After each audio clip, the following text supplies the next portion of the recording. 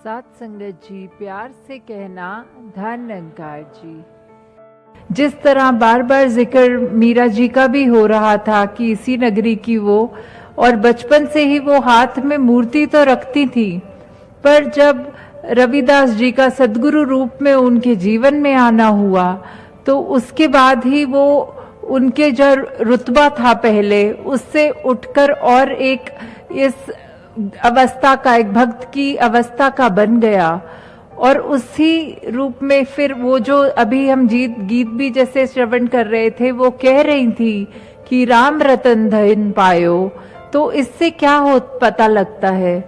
इससे यही पता लगता है कि मीरा जी को भी जिस तरह इस अविनाशी की जानकारी, इस ब्रह्म ज्ञान के द्वारा ये जो राम को पा लिया उन्होंने, पढ़ती वो शुरू से भी थी, पर जो उनको ये समझ में आया तो उन्होंने कहा कि मैंने राम को पा लिया है। इसका मतलब यही है कि इस ब्रह्म ज्ञान द्वारा इस ईश्वर को पाया जा सकता है। हमारा समय बहुत ही बीतता चला जा रहा है और जितना बीत गया वो तो निकल गया हाथ से,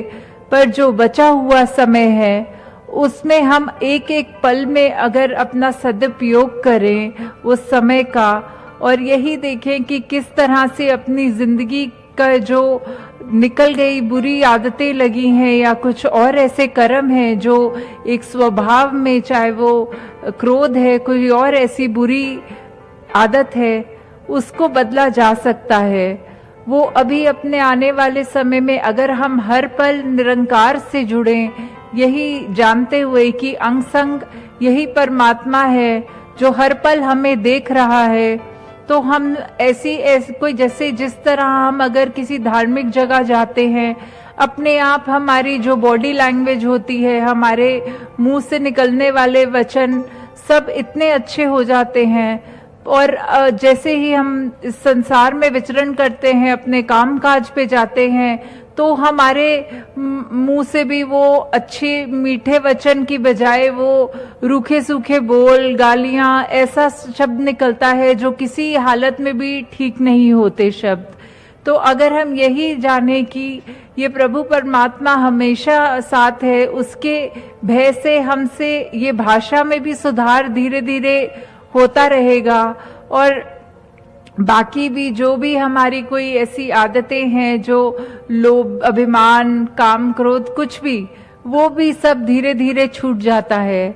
हमारे पास अपनी जिंदगी में बहुत ही चॉइसेस होती हैं कि हम क्या करना चाहते हैं। जिस तरह अगर हम चाहें तो अगर टीवी देखें तो टीवी पे क्या हम न्यूज़ देखना चाह रहे हैं, या हम कोई गाना सुनना चाह रहे हैं, या इत्यादि सीरियल देखें। उसी तरह रेडियो में भी बहुत ही स्टेशन होते हैं, कोई भी लगा लें। इस तरह हम, कोई पसंद अपनी चॉइस में चावल करता है भोजन में, कोई रोटी करता है। तो चॉइसेस तो हमारे पास हर कदम पे हैं जीवन के, पर जो हमारी ये विवेक है, ये बुद्धि है, ये चेतनता है, वो हमको अगर तो एक ब्रह्म ज्ञान की जानकारी रखे तो फिर हमारे वो डिसीजन भी बिल्कुल पॉजिटिव होते हैं। जिस तरह हम सोचते हैं कि हम इस अपनी चेतनता, इस बुद्धि से काम लें और इसको एक परोपकार की नजर से ही अपनी जिंदगी को आगे चलाएं, उस छायादार वृक्ष के समान जो खुद तो धूप में खड़ा होता है, पर उसके नीचे जो भी आए उसको सिर्फ छाया ही देता है। उसी तरह जिस तरह एक सैंडलवुड जो होता है, उसका एक खुशबूदायक इतनी खुशबू होती है उस पेड़ में, उस पे अगर सांप भी लिपटे हों और उसको डस भी लें तो भी वो चंदन की लकड़ी ने तो बस खुशबू ही देनी है। हम इसी तरह अपने जीवन में और जो भी गुण ला सके वो कदम कदम पे ये सत्संग रूप में इकट्ठे मिल बैठ के वो गुरु चर्चा, इस तरह निरंकार की चर्चा करें, और धीरे धीरे जब तक, जैसे कबीर जी का भी उदाहरण बहुत बार आप सबने सुना होगा कि उनके पास जब एक जिज्ञासु आया तो बोला कि सत्संग में भी प्रतिदिन हम क्यों जाने, हम ऐसा तो कोई नई बात नहीं होती, जो बचपन से सीखते आते हैं वही होता है सत्संग में। तो कबीर जी बस उसके सामने एक कील पे हथौड़ा मार देते थे। वो उस अगले दिन फिर आके सवाल देता, पूछता था, तो उत्तर ना देने की बजाय फिर से हथौड़ा कील पे लगा देते थे। कुछ ही दिनों बाद जब उसको समझ में आ गई बात कि इसका मतलब जिस तरह एक कील दीवार पे पक्की करने के लिए बार बार उस पे हथौड़ा मारना जरूरी है, उसी तरह हम अपने जीवन में अपने संस्कार अच्छे करें, अपनी आदतें अच्छे करें कि जिस तरह हमारे ढल जाए वो व्यवहार में, उसके लिए सत्संग भी ज्यादा से ज्यादा करें, तो ही वो चीजें उस तरह सबकॉन्शियस माइंड से बैठते हुए अपनी आदत में हो जाती हैं। जैसे एक और उदाहरण इस पे हो सकता है कि एक अगर क्रिकेटर देखते हैं, जो क्रिकेट खेलते हैं, सब जानते ही होंगे कि तरह तरह की बॉल्स फेस करनी पड़ती हैं एक बैट्समैन को। तो उसमें भी अलग तरीका जो होता है कि अगर तो ऐसा नहीं है कि किसी अगर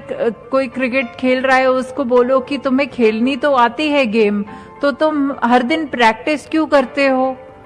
तो वो यही आगे से उत्तर देगा कि खेलनी मुझे आती है गेम, पर जब तक अगर मैं रोज ये अभ्यास ना करूं तो ऐसा हो सकता है कि जिस तरह एक बोलते हैं रिएक्शन,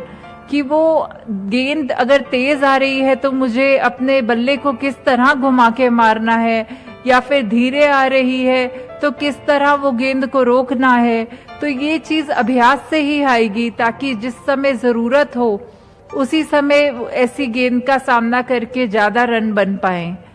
उसी तरह एक और उदाहरण कि अगर एक बोरी है, उसको अगर हम जहां पे भी छेद करेंगे जो उस बोरी में भरा होगा वही गिरेगा, चीनी होगी तो चीनी गिरेगी, और कोई उसमें ऐसे गंदगी या कोई कड़वी चीज होगी तो वो गिरेगी। वैसे ही हमें अपने अगर बोलचाल में, व्यवहार में हमेशा ऐसी चीज रखनी है कि हमारे को कभी भी ऐसी सिचुएशन आ जाती है, एक स्थिति आ जाती है जीवन में कि एकदम से तब सोचने का समय नहीं होता, हम अंदर से जैसे होते हैं वैसे का वैसा ही बाहर प्रकट हो जाता है। तो हम अपने आप को अंदर से ही कर्म रूप में इतने अच्छे रखें कि कोई भी स्थिति हो वहां हम एकदम से जिस तरह हर एक को पसंद आए वैसा ही व्यवहार हो, वो हमारे लिए भी अच्छा है, औरों के लिए भी हम अच्छे बोल बोलकर उनको भी कंफर्ट देख सकते हैं। और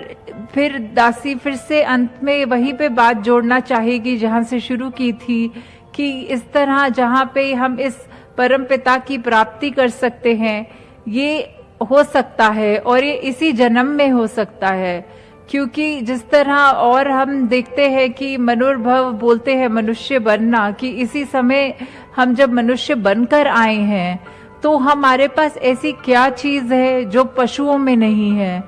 वो यही समझ है। जो समझ हम, जिस समझ हमको जो कहते हैं कि एक दृष्टि, आंखें होने के बावजूद हमें एक ज्ञान की दृष्टि का समझ हो सकती है, जो हमको जीवन मुक्त कर सकती है, कि हम जीते जी मुक्त हो जाएं। कि ऐसा नहीं है कि सिर्फ वृद्ध अवस्था में ये करें कि अब जीवन खत्म हो रहा है तो अब करें, ध्यान लगाएं, ऐसा नहीं है। किसी भी अब अपनी जीवन काल को हर पल सुनहरा करने के लिए ये ज्ञान अगर हमारे पास हो तो हम जीवन मुक्त हो जाते हैं। ना कि हमारा सिर्फ ये जिंदगी संवरती है, पर जिंदगी के बाद, जिसको मौत का समय बोलते हैं, कि परलोक सुखी भी होता है और आगे भी सुहेला है। तो लोक सुखी परलोक सुहेला। तो ऐसे ही जो हमारी जिंदगी है वो हाथों से फिसल ना जाए, और इसमें जीते जी हम अपनी जीवन में जहाँ विशालता लाएं, नम्रता लाएं, प्रेम की भावना लाएं, नफरत से दूर जाएं, इस तरह हम और अपने आप को सुधारें, हर पल सुधारें। और ये हो तभी सकता है जब बिल्कुल एक जो कहते हैं गुरुमत, की गुरु के अनुसार चलने वाली बात, की जिस तरह हर पल अभी जिक्र भी किया था कि बार बार की ज्ञान कक्ष खुले हैं। आप सब जो भी जिज्ञासु हैं, जो है कि जीवन के बंधनों में, जिस तरह हम गीता का भी उदाहरण दें तो जहां श्री कृष्ण जी ने ये जीवन बंधन की बात करी है, वहीं पे मोक्ष और मुक्ति की भी बात करी है।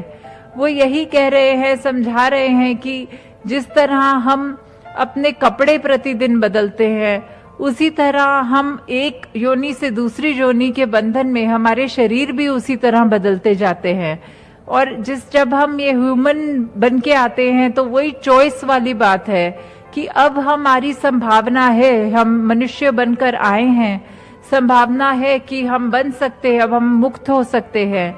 तो हम इस ज्ञान को प्राप्त कर लें ताकि जीवन हमारा अपने जीते जी भी, कोई चाहे हमारी परिस्थितियां कैसी भी हो, मन स्थिति एक जैसी हो, जैसी भी हो परिस्थिति एक सी हो मन स्थिति। साथ संगत जी, प्यार से कहना, धन निरंकार जी।